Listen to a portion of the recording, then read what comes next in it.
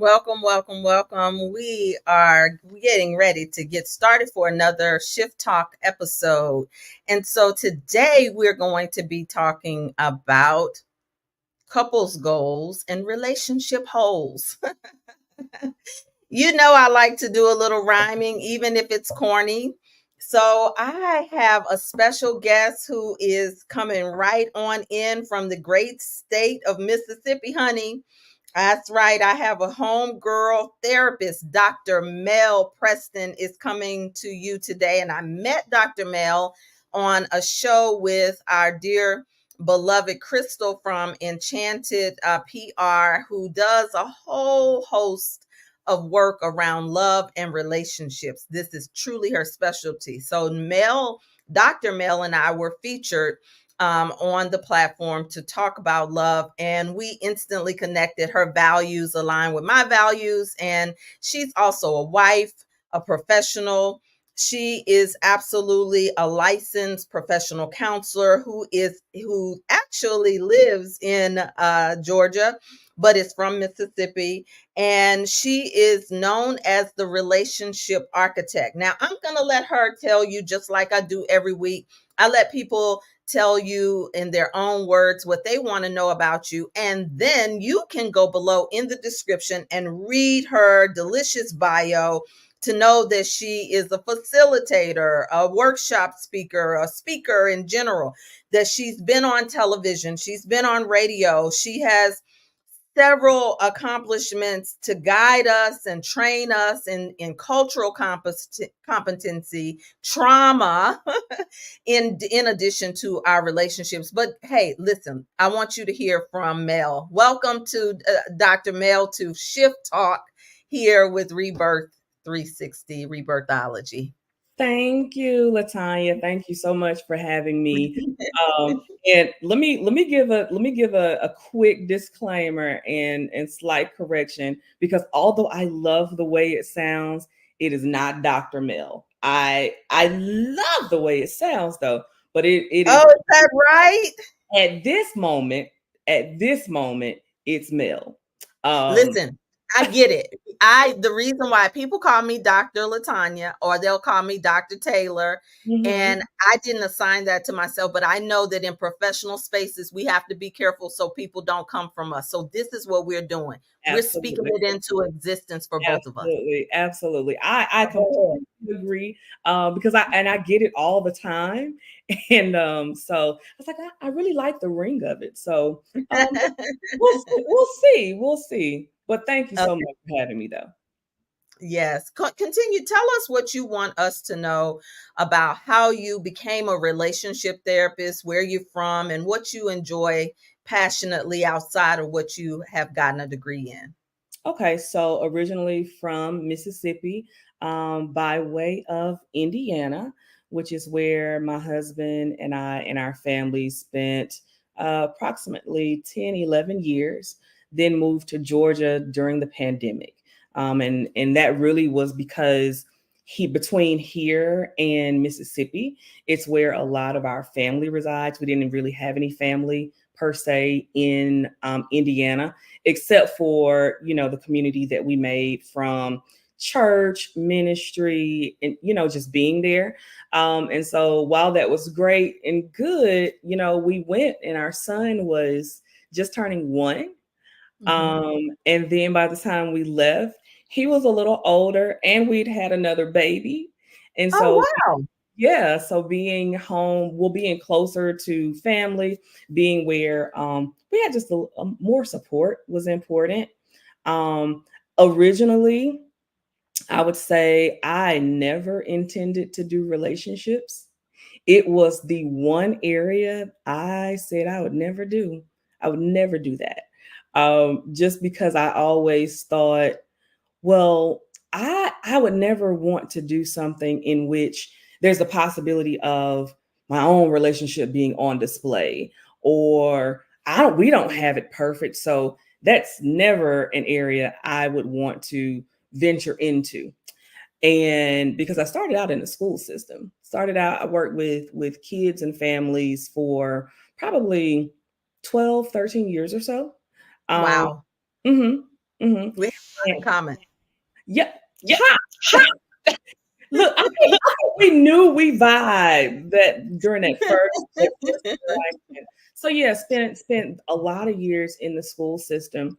And really one of the main reasons I got out of the school system was because for me, because my degree was clinical, I just didn't believe I had enough access outside Mm, the building to the entire family. And it really bothered me that even though I had the kid all day, right? Or the student or the parent, the parent may come and visit, but I couldn't really help or assist with anything that was happening outside the school building. got it. And my belief was, well, you can't fix this without being involved in that, right? Yeah. I can't just help you over here with academics and emotions and all the things here. And then we're not talking about what you have going on outside of here. And so Hmm. I wanted to be, I didn't want to have to keep fighting that battle. And so that eventually led into me leaving the school system and taking a clinical role in a hospital setting, which I absolutely love because I was with an integrated behavioral health program where we were housed in a way where I was advisor to resident physicians as well as the lead physicians. And so what you got was this really beautiful collaboration that I Hmm. already believed in with, okay, you're talking about the physical symptoms this person has. I've met them and I know about the emotional, the mental health things that are going on with them. And how does this collide? How do we together determine what's best course of action? Is this Okay. simply they need to see you for these physical symptoms, or are you thinking, well, okay, I'm giving the medication for this, but they also need the combination of therapy over here.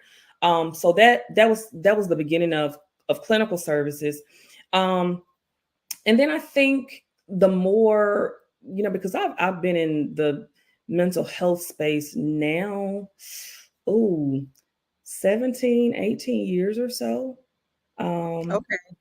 yeah, You don't it's look like you're that old to be in the mental health field that long. I know, but I'm about to be 44.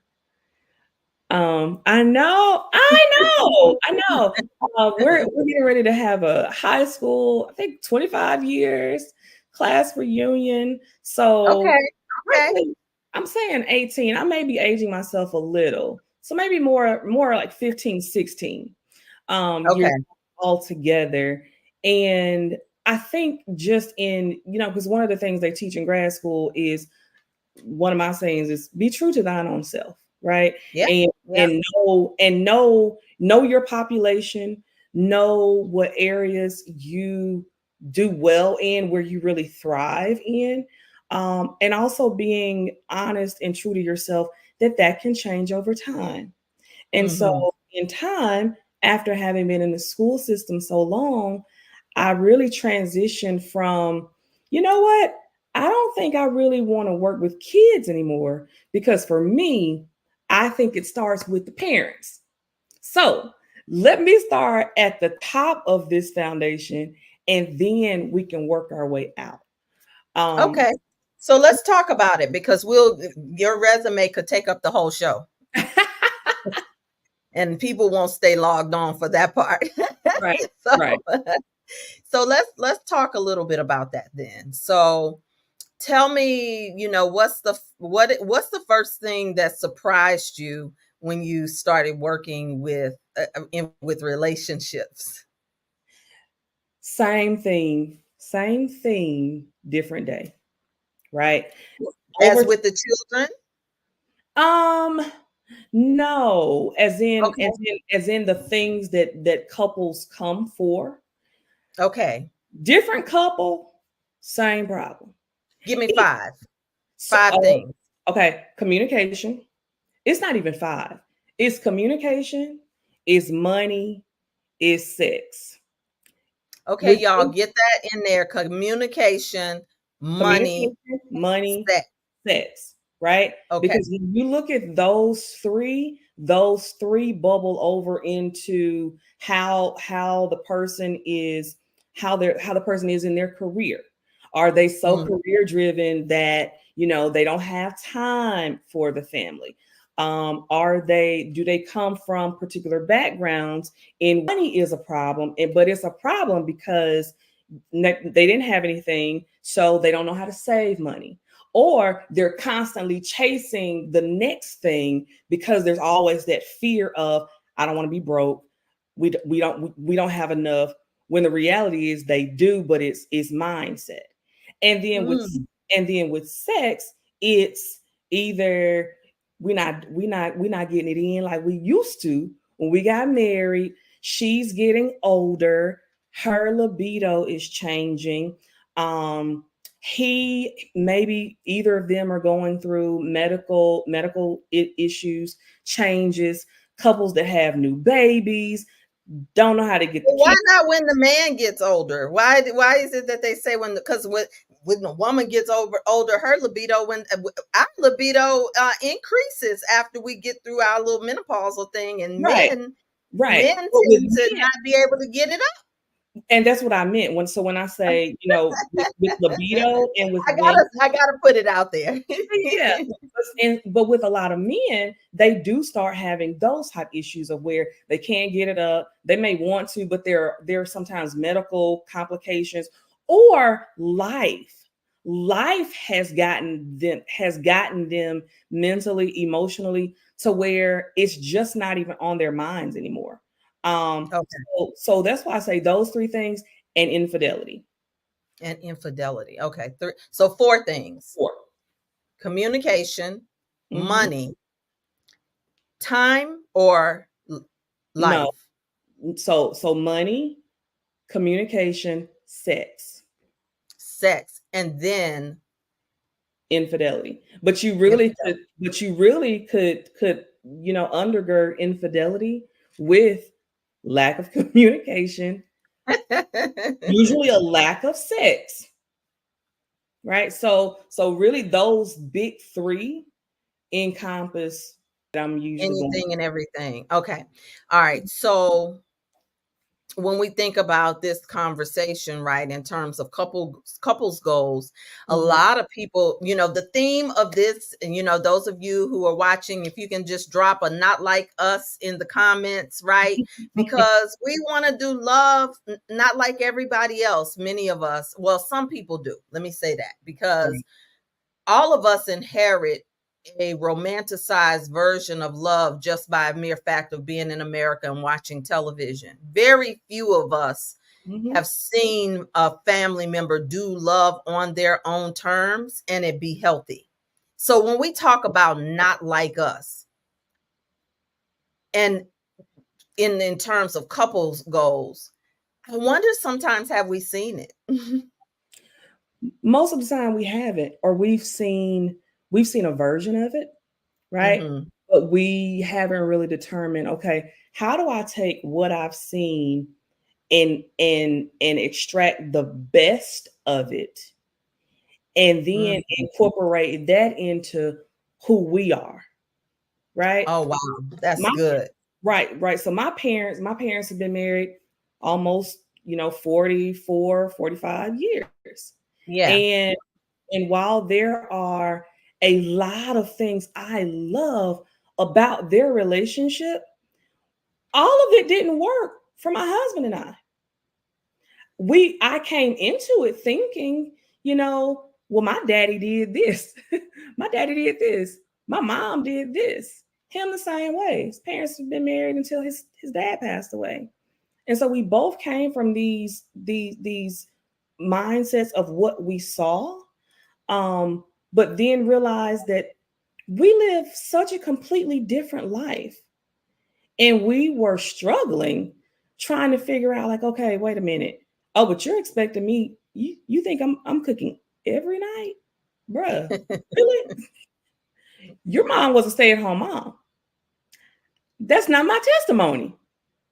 Right. And Yeah, so, I just heard Yada Awakening talking about that exact same thing. He said, like, the needle moves when she works. Like, you can't have those expectations. So I want to stay with what you're saying. So I heard you say that, you know, when we have the couples goals, right, you have a 45-year reference. mm-hmm. I have maybe about a 10-year reference in terms of my mother and father being together. Then my mother remarried, and then that became a reference. But all the references were going on around me. And I'm thinking about couples goals, right? Mm-hmm. There, what would you say to someone watching, a Mm-hmm. woman watching, who never saw her mother married? And Mm-hmm. I say mother because most children end up pretty much in the sole custody of their mother. Right. They've never seen their mother married. They've never seen her in love or affection in a relationship. What would you say? How can they measure couples goals? Dream big. Um, and don't limit it to what you've always seen.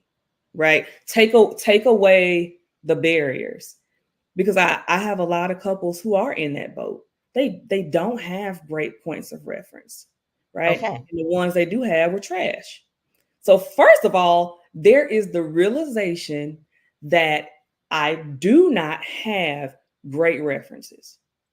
Because you have to first of all understand that this may be the reference I have, or a semblance of it, or what have you, but this isn't healthy.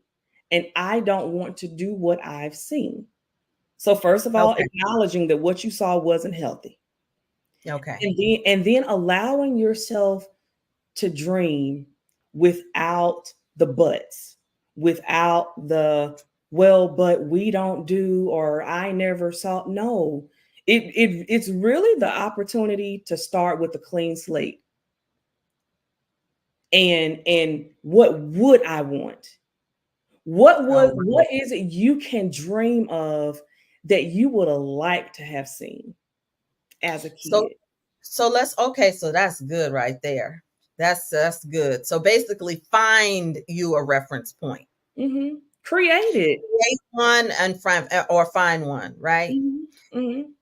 That's good. That's so good because I've heard someone describing the fact that they didn't grow up like in a family, and so when they went to their friend's house, they had references there. So the key word that I think I Mm-hmm. want to share with those who are watching today is references, Right. because some of us don't have healthy references, or the references we have were pathological and dysfunctional, or Mm-hmm. the references we have were broken and non-communicative. So we don't know sometimes what the desires of a mother's heart is, because if she's single, she could just be surviving, or Right. could have been surviving, or it could have been the big mama prototype, and that's all we know. Because I ask these questions, Mel, because so many sisters that I work with get into relationships, and even me, Lord, when I was a young bride, I, Mm-hmm.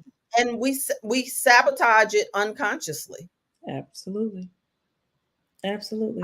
I mean, We and so don't I know. want to break this out some more. So when we talk about couples goals and having references, that's the first point. Mm-hmm. Now, let's break it down, male, female. So Mm-hmm. what are some of the holes, as we say, couples goals, relationship holes, what are some of the holes women fall into when we talk about being in a marriage and in relationships? What are some of the holes we need to be mindful of? So one of the first ones I think of is, especially if you're getting married older, or to your point, if you're coming from a family in which mom was everything, right, or where it was very matriarchal. It was Yeah. mama, it was big mama, it was auntie. Usually in those situations, the women run it all. They make all the decisions. It's very female driven, and there's not a lot of understanding of submission, and it can be a good or healthy thing. that's Okay. that actually provides safety within the course of a marriage. So Okay. so I think for a lot of women, it's learning how to be a partner Okay. without losing yourself, and learning that there is a healthy way to have submission or to have that safety and security, and it should not take away from who you are. Mm-hmm. Right, so that's one side of that coin. And then the Okay. other side of that sometimes is because we've seen women who are completely submissive, then we immediately think, whatever he says, whatever they need, I should just do it all. I saw my mama do it. I saw my grandmother do it. I should be able to do it too. And I should be able to do it the exact same way they did it. Right. Mm. And learning that, okay, while you may want to be the one who's cooking and cleaning and going to work and all the things, you may really want to do those things. It really may be your desire to do so. It may not look the same. They didn't Wow. know anything about Instacart when, when we were younger. And so really for women, learning how to figure out, okay, how does this work for me? And then how do I not lose myself?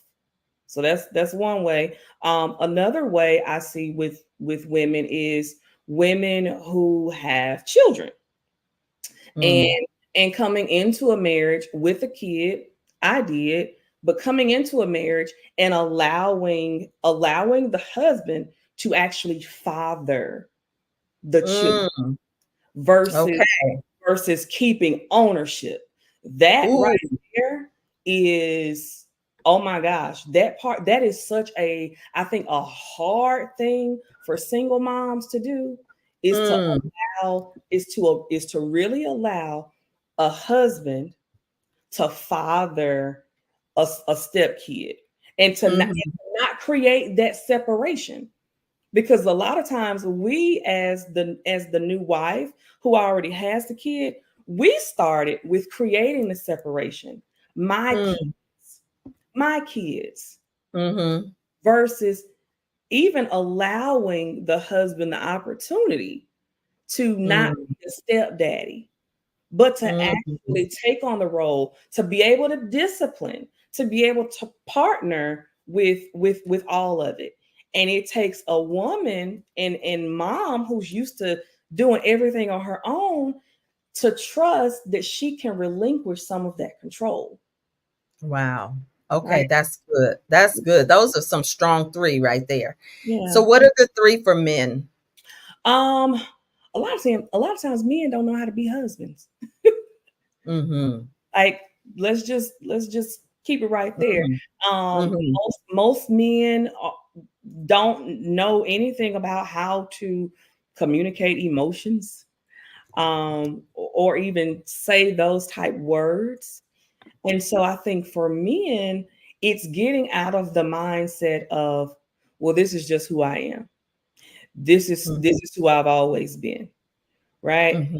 And acknowledging that when a wife is asking for something, such as, well, I want you to, I want to go out on dates, or I want to spend more quality time together. Men don't ask enough.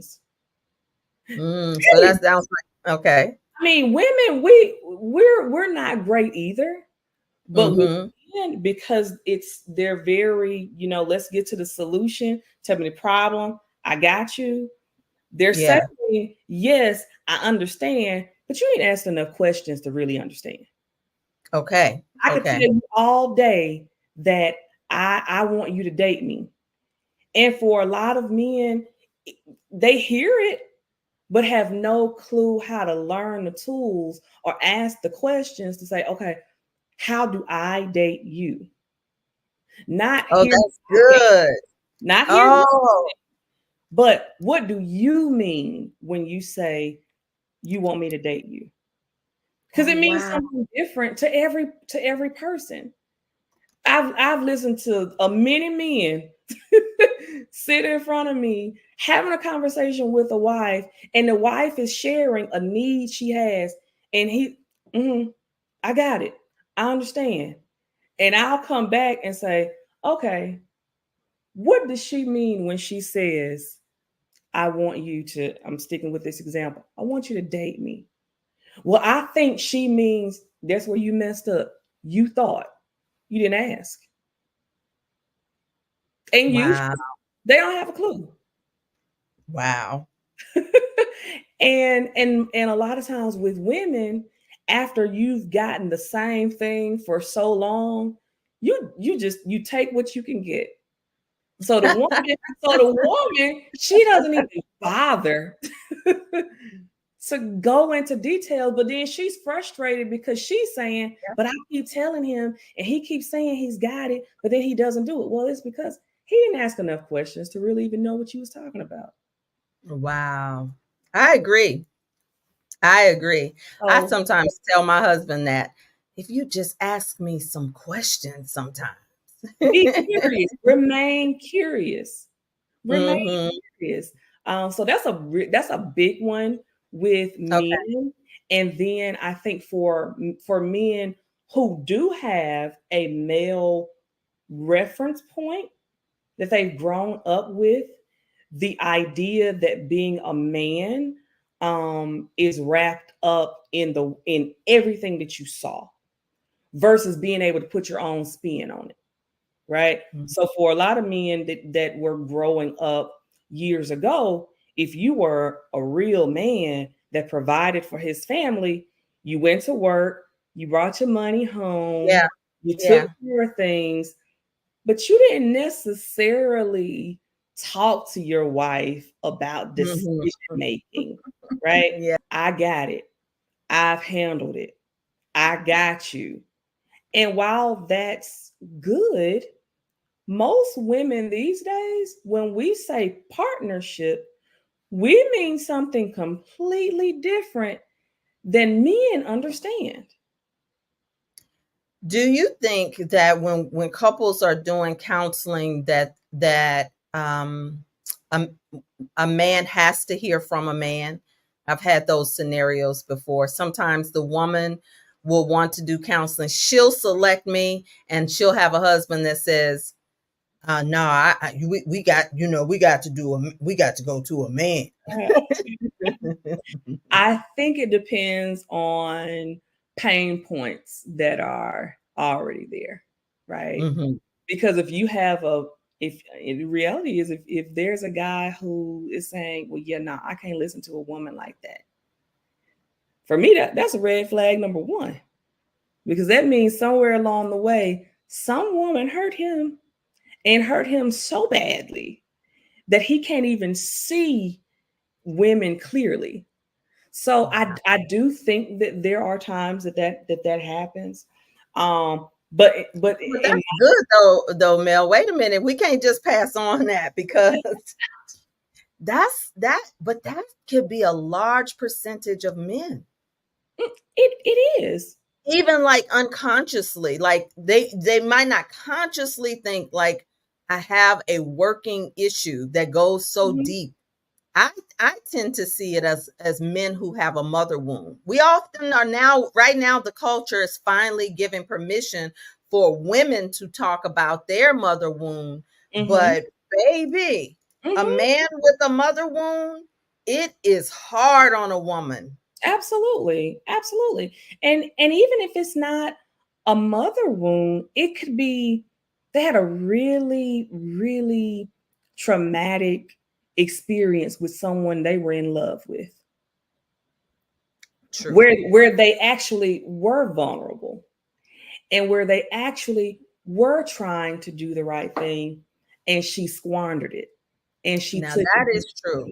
That's the truth. That, good guys who say that, good guys lose, or, Mm-hmm. they Yeah. say that. Yeah. Oh, wow. That's And really good. I think, and then sometimes there's this immediate thought that, oh, well, if it's a woman, she's just gonna take your side. Yeah, that's definitely what a lot of them think. Even when you hear people go to court, a lot of times they think that if it's a woman judge that, and there is some psychology to study about that, Mhm. but and sometimes we are uncheckable. And let's talk about that. One of the things that Crystal always talks about with Enchanted Pet PR, when we look at these reality shows, it Mhm. seems like in the culture, Black women are beyond reproach and correction. And to me, a part of submission is to be able to be corrected by a man, particularly your man that you Mhm. want leadership from.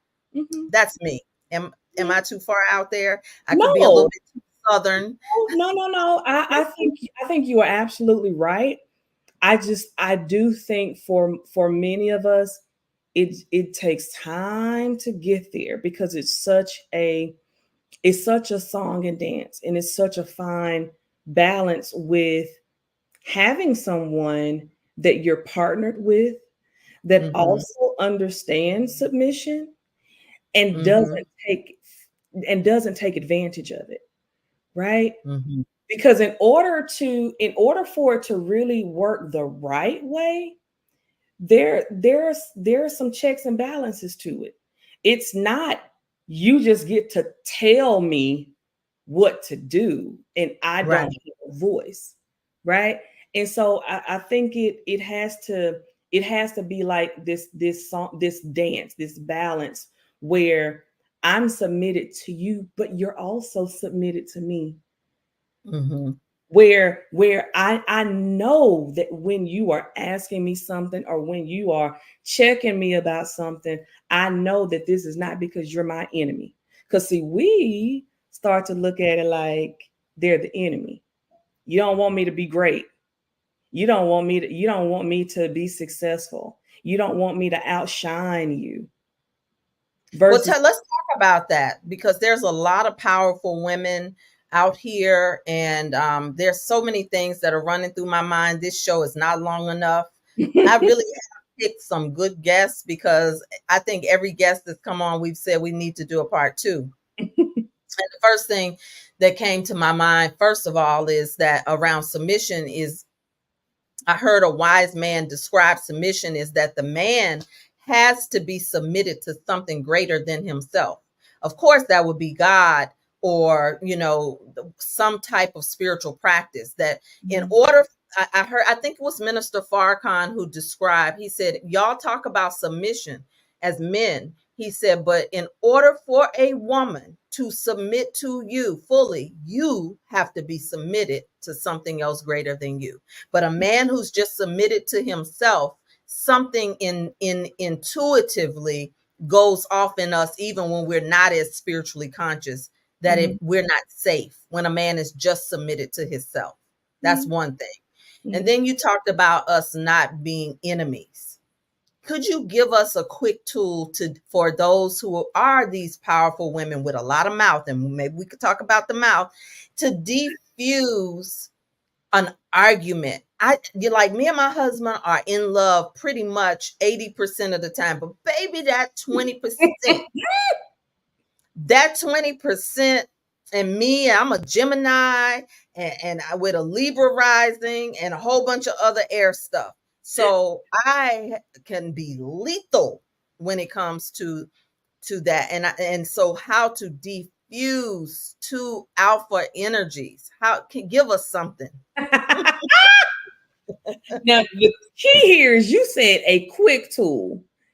Here's the Yeah. secret. Here's the secret. There's no quick tool for that part, right? Okay. Because Okay. I say that because there is still the inner work that you're constantly doing to keep that in check, right? So what I Yeah. what I will say is in the course of two alphas that are there, and um honestly saying to self, he is not my enemy. That's number one. Because usually somewhere along the way, we started competing. Whose bag is bigger? Whose title is bigger? Who's making the most money? Versus the understanding of, I, Mhm. as a woman, may be making the most money or whatever, but we are still partners, which means Mm. when I look good, he looks good. When he looks good, when he's succeeding and he's successful, it doesn't diminish me. It uplifts me as well. So really going back and saying, you know what? Okay, he's not my enemy. If he's questioning me about this, let me not be defensive. So let me back this down, get my emotions together. So again, this is it's so layered and it's not a quick fix because you Mhm. also have to be in charge of being more self-aware to understand how your body is reacting in ways that you really don't acknowledge. Right? So a lot of times we're mad and we're pissed off and we slick at the tongue and we don't even know how we got there. But You there know, was that's something, true. yeah, we just That's know so true. we just know it went left. But You we know didn't. why I can sit back and say that's so true is because in studying human design Mhm, as and sharing human design more, there are profiles in human design called, there's five different profiles, but all of them have a marker of emotional one or sacral or splenic or something. Well, mhm. the emotional one is told to ride the wave because anything could be coming in for the emotional one. So do you think that personality typing and under getting these types of readings and self and assessments helps people to be able to navigate in relationships? Absolutely. Because when you know the personality, when you know the character of the Hmm. person you are dealing with, what we should do is use that to figure out how to love them better. And that's something that comes up. I don't think I've ever had a couple session where we weren't talking about tell me what you know about your partner. And a lot of times they're able to tell me all of these things and I usually say, here's where we mess up. You know what you know, but you haven't used that to hone how you love the person, right? So if I know I am married to someone who's also an alpha, right? And if I come a certain way, we're going to be bumping heads, then that Come on. means I Yeah. probably I have to learn how to change my language in a way that the partner can be receptive. Because what you don't want to do is come across to a partner that you already know thinks they have all the answers to suggest that they don't. So learning how to ask questions or how to put a statement in a way that says, let's partner about this. What do you think about this? I'm thinking maybe XYZ is the way we should go. But what do you think? And really asking instead of, well, this is what we need to do, right? Hmm. Or Or for you always you you do always you need this. you need to. Right. Hmm. How are you going to go up against another alpha personality with the I need you to, you better get up. Here's what we're about. Really? That's those are fighting words, right? So learning how to package it gracefully. So Hmm. it's a lot about the communication of it. Learning how to ask questions instead, like, are we gonna partner about this, or are you gonna give me a demand? Are you commanding me Hmm. versus let's have a conversation. So when you know the person's personality, if you know you're with someone who came from an unstable background, that means that when Hmm. you're arguing, your first response can't be, well, I'm gone. I'm leaving, right? Because if you know enough about the person, then you understand that at their core, that suggests abandonment, Hmm. right? Fact. And so you don't want to do something that's going to trigger them. So you got to Or work. name calling. Yes. there are some people who come from environments where that's just the way you fight. So I Yeah. often say we not only have to learn how to love the other person, but we also have to learn how to fight, Yeah. argue, handle Mhm. conflict, whatever the case may be. It's going to happen. But Right. many of us come from different backgrounds where that can be a trigger to send someone from 0 to 100. Mhm. Another person could just check out. Yep. You know what I'm saying? Another person could be one way in your face and have all kind of things going on the inside. I Mhm. mean, so we also have to learn how to fight. Right.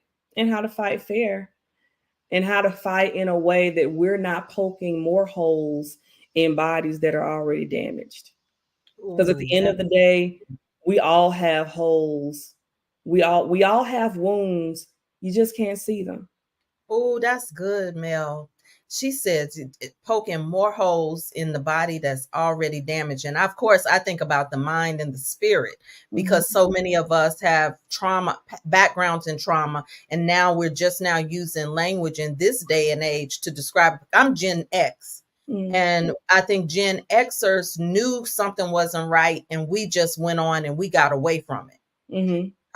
I think Gen Xers were the first ones to say I'm doing it on my own terms, but not so much boomers and the generation before them, silent generation. They carried a lot of secrets. They Mhm. didn't have language to describe quote unquote trauma. They didn't have that. Many of them, yeah, they had long marriages, but they were marriages in trauma bond or Mhm. convenience or survival because women didn't have credit and couldn't even get bank accounts for the silent generation, which was Mhm. around the Great Depression. So Mhm. now you have women that have money, that are in leadership, that have the microphone, that have brands and personalities and all of this. What would you say to the power players, the women who are power players? Because, and I know this is long, but I'm gonna try to get this in. Okay. I have a master coach who said, when you are as powerful as you are as a woman, and if you're looking for someone to match you dollar for dollar, resume for resume, because people love to talk about being a power couple, and you want somebody just like you, he said, you're going to be single for a long time. He said, you need to discover what is it that matters to you. That's what he told. And it stayed with me a long time. But now I see in with working with influential and high level clients, Mhm. they oftentimes they're the most single, or they are the ones who have a difficulty maintaining relationships because of the imbalance in salaries or whoever is making the most money in the relationship. Mhm. Absolutely. I I agree with your coach. And you have to figure out what's important to you at your core. Mm, Um, can you be okay if you're making more money, right? Can mhm. you be okay? Like, what is at the end of the day when you are old, when you are older, and at the end of the day, the kids have left home, you've retired or whatever, what life do you want? What type person do you want to be with? And most often, to your coach's point, it's not going to be right here. Mhm. And you have to really do the work of determining, okay, at my core, what are my qualities? What do I value? When you strip away the money, when you strip away the degrees, when you take all of these things away, when you take all the titles away, Mhm. what do you value at Mm. core? Wow. At your Yeah, core. because do you watch any reality TV or anything? I do some, yes. Okay, you can have got a little guilty pleasure, right? I know you're a scholar. Absolutely. Absolutely. I love good reality stuff. So I say that because Jennifer Williams is the talk of the town. She's the trend right now from Basketball Wives, and I she's know that's marrying a my guy favorite about pleasures. he's about 20 years, maybe 18 years younger than her, and that type of thing. Mm-hmm. And I saw that where, she was saying one of her deal breakers is a man that makes less money than her. And so um, a lot of women have that silent deal breaker. And I know you have to go in a minute. So how many minutes do we have? Actually, I'm good. I'm Oh, good. oh, Things okay. change. I'm good. Okay. So yeah, so I don't even know what generation, what woman she represents, but it's in the conversation. She doesn't represent me and she doesn't represent a lot of women. But there's a huge population of women who are influenced by so-called influencers who start to parrot those same sentiments. So Mm-hmm. can we talk about that when the man makes less money, when he's younger and the woman is in the power position? So, from again, that's so layered, right? Because I think as you age or as you mature, I think your priorities do change. And Mhm. so, where in your early 20s, 30s, it may have been all about let's just do it together and none of this matters, right? But after you've lived a while, you in your 40s, you in your 50s or whatever, and you're maybe starting over. Well, number one, you've already acquired a certain lifestyle or a certain standard. And so I do think that influences kind of like what your um negotiables and non-negotiables are. Now, Mhm. does it have to be rigid? No. But I will absolutely say that's going to influence just honestly even the circle you're connected to.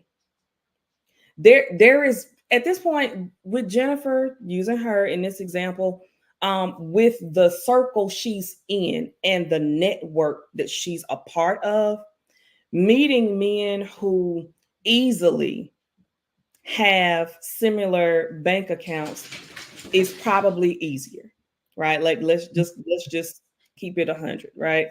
Um, but I think it definitely comes down to okay, where am I in life? Where am I in life? And what's important to me now may not have been important to me 15, 20 years ago. That's a very good point. Yeah, but to make a blanket statement of well, I could just never, be with someone who makes less money than me. I do Mhm. agree with you that in this social media reality TV world, there is a lot of perception that is based on fiction. That's not that's not reality. Yeah. Um, right? So it's very convoluted. I think we sometimes we shoot ourselves in the foot because we're looking at social media and we're watching these reality shows and we're thinking that these are people that come a dime a dozen and they don't.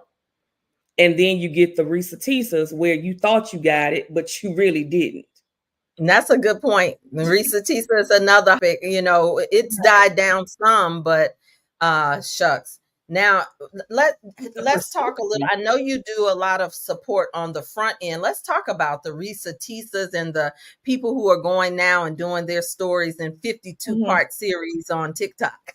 Because now there's a brother who's doing a 52 part series or so.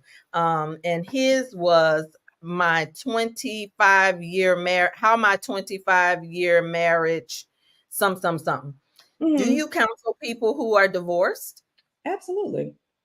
All the or time. divorcing? Mhm. What does it feel like for a therapist? I've never asked this question, never thought about this question until this Mhm. moment. What does it feel like for you as a therapist when you can see that the couple needs to part ways? It's sometimes it's disappointing and sometimes it's a relief,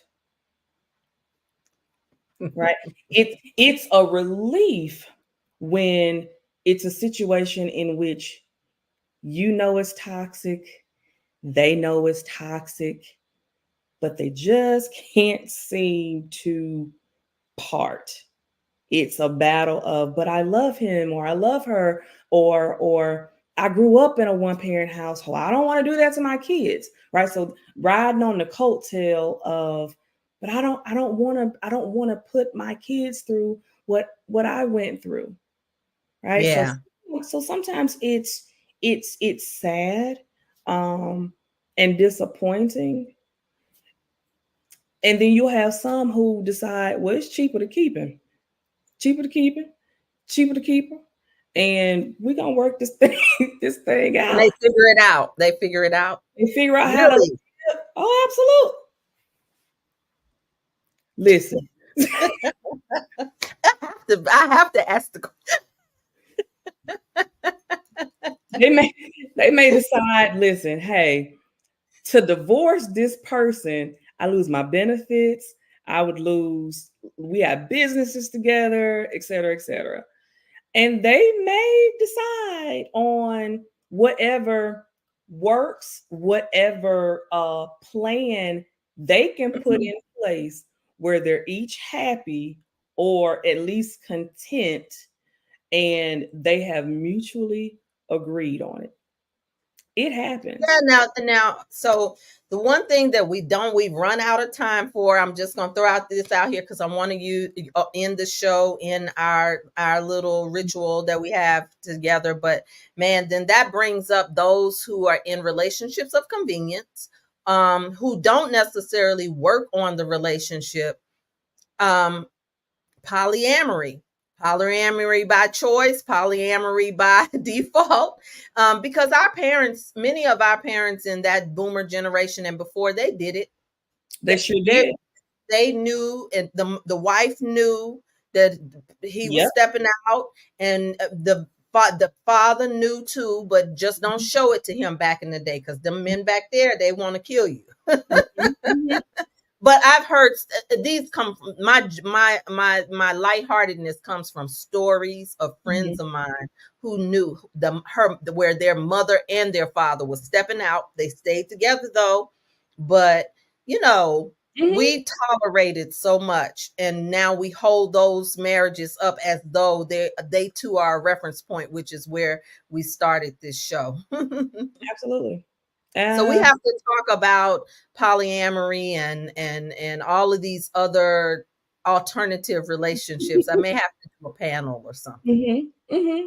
So I want to close out with the piece. The power of the P is something that we do in this space, because rebirth is founded on the power of the P, but not like everybody else. Mm-hmm. So purpose. When you hear the word, I throw the word purpose out. What sentence? What's the first thought? What comes to your mind when you hear the word purpose? Fulfillment, self-actualization, peace. I Mm-hmm. think, yeah, peace, All being right. satisfied. All right. And then pleasure. Ooh, sex. Particularly in relationships. You say pleasure. I think sexy. I think feel good. Yeah, yeah, yeah. I think feel good. Yeah. Okay. All right. Passion. Passion. I think feel good, and a little dirty. Ooh, I love it. Yeah. You ain't been married for a long time for without a reason. And then the last one, profits. Profits. Okay. Don't be scared is what I think. I think don't be scared. Courage. Um, risk. Okay. Those are Okay. words I think of when I think of profit, because um, a lot of times we're sitting on gifts and things that we know we should be or could be doing, but we're scared, we're afraid to launch out, we're afraid that it won't work, but we're not thinking, well, what if it does, what if this is successful? So in order to get to those profits, sometimes we have to be courageous and take some risk. So yeah. Yeah, that's good. I'm definitely going to do another show on profits for relationships because there are businesses that we can open, that we can learn to work together. A lot of times we're just focused on the emotional, but when we think about profits and relationships, it is the business of family. And many of us melanated people have not learned the business of family. We don't know how to set up our trusts. We don't know how to operate tax free. So when somebody else does it, we think that he's the devil. Mhm. We don't know business in terms of family, and this season is absolutely bringing us closer to family. And so I want to bring you back to with maybe some other people where we can really talk about the family, like our what we can do to reclaim and restructure family. So I want to give you an opportunity to close to talk about why relationship therapy goals is important for us to save our families. I want to give you a few minutes just to close out with a few statements. So to go back to what we talked about earlier, for many of us, we grew up knowing what we knew, right? And for many of us, with whatever parental structure there was, it was the best they had to offer, right? And as we see our families that are falling apart, and as we see divorce rates that continue to rise, especially after COVID, the importance of relationship therapy, couples therapy, it has to be important if we want our families to survive. And the understanding that you don't usually go to a job and not have a coach or a mentor. Ashe, There, Ashe. there's someone somewhere that coached you, even if it was on the job training. But most of us, we don't just get a job and we keep the job and they never send us back to school. We never do any professional development.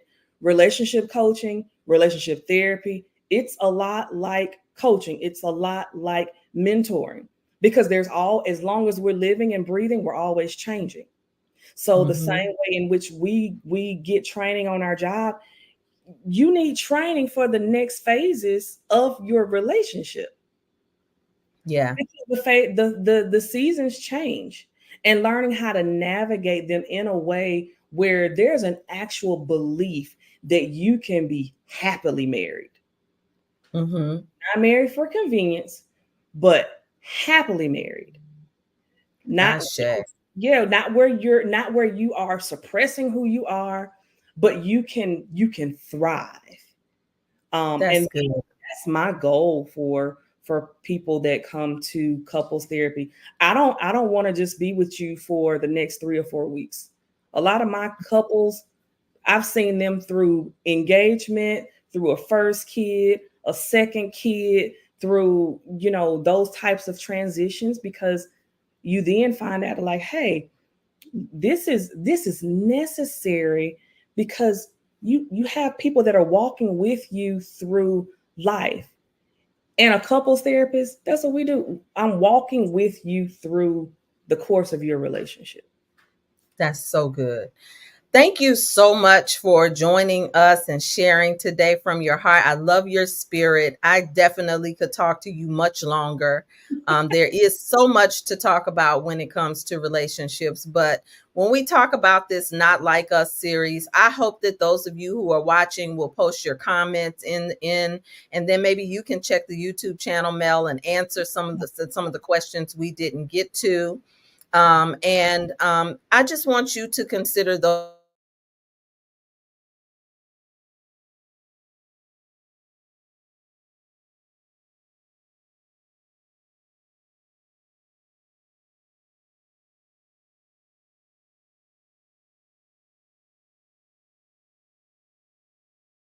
know why it bleeped out, but I look forward to continuing the discussion. Thank you. How to get in touch with Mel will be in the description, and if there's a freebie that she's offered, it too will be in the description. So make sure you like, subscribe, and share this broadcast. See you all on the other side. We're so happy and grateful to turn blind spots into breakthroughs.